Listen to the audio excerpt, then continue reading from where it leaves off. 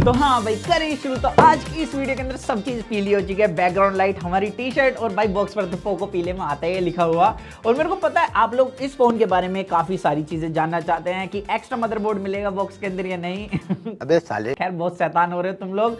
मैं सारी चीजों की बात करूंगा, वीडियो पूरी देखना शुरू से लेकर एंड तक, और काफी इंटरेस्ट आने वाला है आपको इस वीडियो के अंदर। तो सबसे पहले बात करेंगे बॉक्स के अंदर क्या क्या मसाला दिया है। बट एक बार रुको, लास्ट वाली वीडियो के अंदर 1000 कमेंट भी कंप्लीट नहीं हुए थे। इस वीडियो पर 2000 कमेंट मुझे चाहिए और 10,000 लाइक्स का एम करते हैं। बाकी चैनल पर पहली बार है तो चैनल सब्सक्राइब तो तुम कर ही दोगे, मुझे पता है, भरोसा है इतना। और लास्ट वीडियो में मुझे इन 5 लोगों के कमेंट काफी ज्यादा अच्छे लगे, मतलब बिल्कुल दिल से कर रहे हो यार आजकल कमेंट। तो इसके काले और पीले बॉक्स में सबसे ऊपर आपको दिया गया है केस, उसके बाद 3.52 type C adapter, because box के अंदर 3.5 mm जैक की शक्ति नहीं है। हालांकि इस प्राइस रेंज के अंदर कोई दे भी नहीं रहा। बाकी इसके बाद आपको फोन देखने के लिए मिलता है। और मेरे पास एक ग्रीन कलर में, आपको ये कलर कैसा लग रहा है वो मुझे जरूर बताना कमेंट्स में। और नीचे की तरफ 67 वोल्ट का फास्ट चार्जर और USB to type C cable. तो ये सारी सामग्री आपको बॉक्स के अंदर दी है। बाकी जो मेरे को सबसे ज्यादा कमाल की चीज लगी इस फोन के बारे में, प्राइस तो है ही, साथ ही यहाँ पर जो मेरे को सबसे ज्यादा इंटरेस्टिंग चीज लगी वो है इसकी डिस्प्ले।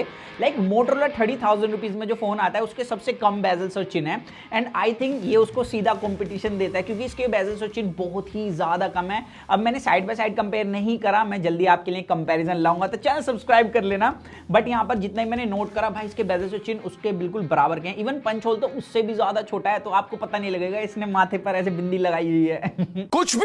बाकी यहाँ पर डिस्प्ले की बात करें तो इसके अंदर OLED पैनल है, full HD plus HDR10 certification के साथ। और Amazon प्राइम पर आप HDR10 के अंदर वीडियो भी देख सकते हैं इसमें। तो भाई ये बहुत ही ज्यादा सही चीज है।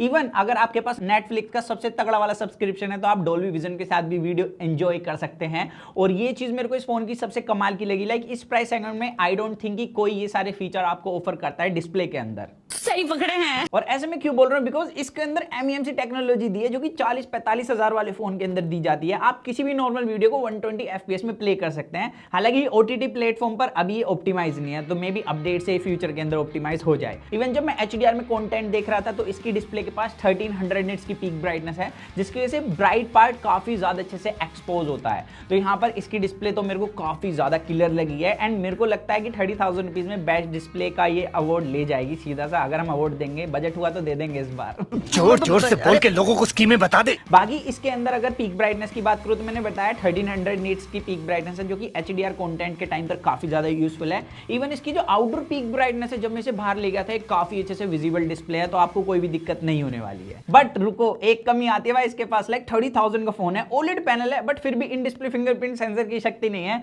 लेकिन यहाँ पर जो फिजिकल फिंगरप्रिंट सेंसर है उसकी स्पीड काफी कमाल की है। लेकिन यहाँ पर अब पोको को या Xiaomi को इन डिस्प्ले फिंगरप्रिंट सेंसर देना चाहिए, ऐसा मुझे लगता है। बाकी आपको फिजिकल फिंगरप्रिंट सेंसर पसंद है साइड माउंटेड, वो मुझे जरूर बताना। और जब मैं इसकी डिस्प्ले में कंटेंट देख रहा था तो इसकी डिस्प्ले सिर्फ डॉल्बी विजन सपोर्ट नहीं करती, इसके जो स्टीरियो स्पीकर्स हैं ये भी डॉल्बी एटमॉस की शक्ति के साथ आते हैं। और इसकी जो स्पीकर्स की साउंड है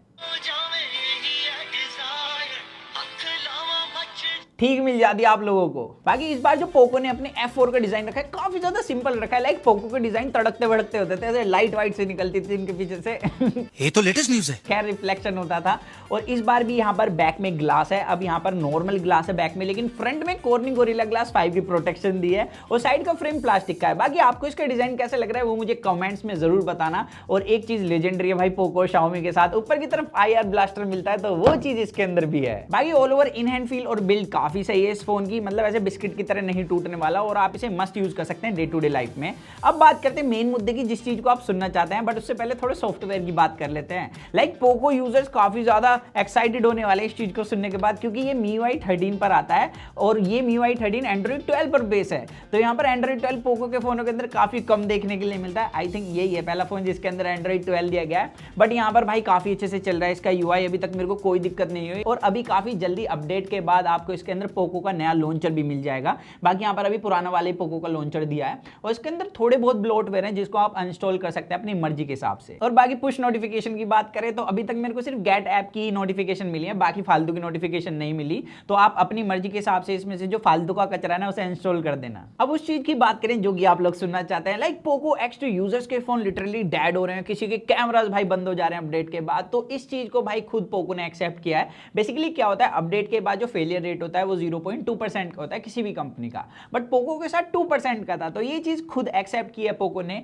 एंड जो पोको X2 यूजर हैं, लाइक हमारे भी टीम मेंबर के पास पोको X2 है, एंड उनका फोन अपडेट के बाद एक तो कैमरा बंद हुआ था पहले, उसके बाद मदरबोर्ड ही उड़ गया, तो वो सर्विस सेंटर के पास गए थे फोन को लेके, और सर्विस सेंटर वाले ने लिटरली पैसे मांगे और फोन वारंटी में था। वो सेम चीज मैंने पोको टीम से डिस्कस करी, तो पोको टीम की तरफ से बताया गया कि पोको कोई भी पैसे नहीं ले रहा, बेसिकली पैसे ले रहे हैं वो सर्विस सेंटर वाले। तो अगर आपसे कोई पैसे मांगता है तो सर्विस सेंटर पर जो पैसे मांग रहा है उसका नाम लेकर और जो भी आपको बिल दिया जाता है उसको लेकर आप टैग करो सीधा पोको टीम को ट्विटर पर, और आपका काम फ्री में हो जाएगा। बाकी मैंने देखा है जो पोको X2 यूजर है जिनका फोन आउट ऑफ वारंटी भी था, उनको भी सही करके दिया है पोको ने। इवन काफी लोगों को तो फोन चेंज करके भी दिए हैं, किसी को Note 10 Pro Max दिया गया है, किसी को F1 दिया गया है। तो यहाँ पर पोको कोऑपरेट कर रहा है। बाकी यहाँ पर इस चीज को देखते हुए जो पोको X3 Pro है उसके अंदर भी थोड़े बहुत इश्यूज आने लग गए हैं अब। तो पोको X3 Pro की पोको ने 6 महीने वारंटी बढ़ा दी है, और इसी चीज को देखते हुए भाई जो पोको F4 है इसमें 2 साल की वारंटी दी है। और मैं आपको बता दूं कि कोई भी कंपनी के फोन अपडेट से खराब हो सकते हैं। इसका सबसे बड़ा एग्जांपल सैमसंग भी है, क्योंकि सैमसंग के कुछ फोन जो फ्लैगशिप वाले हैं, यहाँ पर मिड रेंज की बात नहीं कर रहा मैं, उनकी डिस्प्ले लिटरली खराब हो रही है अपडेट से, एंड सैमसंग का कोई भी रिस्पॉन्स नहीं है। बाकी यहाँ पर एप्पल का मेरे पास iPhone 12 था, आप लोगों को पता है, और आउट ऑफ वारंटी था वो फोन, और अपडेट के बाद उसका ईयरपीस स्पीकर खराब हो गया, और आउट ऑफ वारंटी होने के बाद भी एप्पल ने मुझे पूरी डिस्प्ले चेंज करके दिया, वो भी फ्री में। तो कंपनी चीज खराब होने के बाद किस तरीके से रिएक्ट कर रही है वो भी चीज इंपॉर्टेंट है, और यहाँ पर आई थिंक पोको इस बार सही कर रही है आप लोगों को 2 साल की वारंटी देके इस फोन की। बाकी एक चीज जिसके चक्कर में पोको काफी ज्यादा फेमस हुआ है वो परफॉर्मेंस है, और परफॉर्मेंस का जो हार्डवेयर है ना इसके अंदर वो तगड़ा है। लाइक इसके अंदर जो स्टोरेज टाइप है वो UFS 3.1 है, और रैम की बात करें तो DDR5 रैम दी गई है। लाइक 30,000 के फोन के अंदर DDR5 रैम लाइक iQOO देता है और इस कंपनी ने दी है। बाकी इसके अंदर प्रोसेसर तगड़ा वाला है, स्नैपड्रैगन 870, एंड आई थिंक सबका ये फेवरेट प्रोसेसर है। इवन 888 और इसको कंपेयर करें तो लोग इसे पिक करने वाले हैं, क्योंकि जो इसकी स्टेबिलिटी है वो काफी कमाल की है।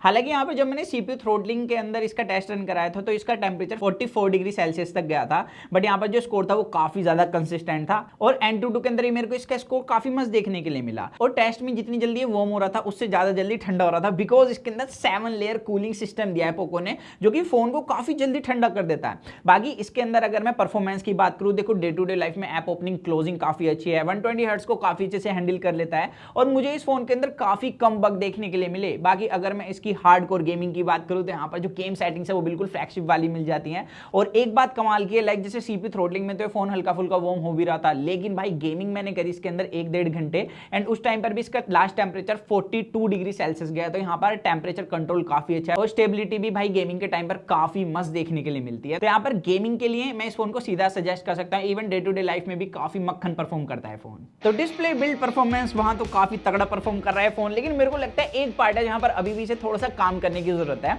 अभी इस फोन के बैक कैमरे में OIS मिलता है, उसके अंदर 64 मेगापिक्सल का मेन कैमरा है, और यहाँ पर 1080p 30 FPS तक आपको मस्त स्टेबलाइजेशन मिलती है। इवन कलर्स, डेप्थ, सारी चीजें कमाल की हैं।